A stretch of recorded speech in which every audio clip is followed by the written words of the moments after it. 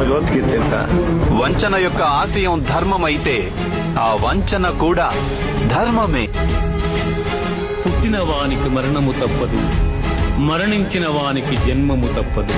నేనే సత్యాన్ని, జ్ఞానాన్ని, ధర్మాన్ని.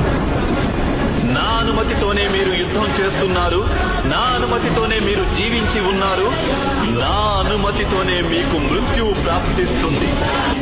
ఏ కాలమున ధర్మమునకు హాని కలుగును, అధర్మము వృద్ధి నుండును. ఆయా సమయములయందు శిష్ట రక్షణ, దుష్ట శిక్షణ, ధర్మ సంరక్షణముల కొరకు ప్రతి యుగమున అవతారము దాల్చుతున్నారు. పొగ చేత అగ్ని, మురికి చేత అద్దము, మావి చేత శిశువు ఎట్లు కప్పబడును, అట్లు కామము చేత జ్ఞానము కప్పబడి ఉన్నది. దుఃఖములు కలిగినప్పుడు దిగులు చెందని వాడు, సుఖములు కలిగినప్పుడు స్పృహ లేనివాడు, రాగము, భయము, క్రోధము పోయినవాడు స్థితప్రజ్ఞుడని చెప్పబడు. మనుష్యుడెట్లు చినిగిన వస్త్రమును వదలి నూతన వస్త్రమును ధరించును, అట్లే ఆత్మ జీర్ణమైన శరీరమును వదలి కొత్త శరీరమును ధరించుతున్నది. ఆత్మ నాశనము లేనిది,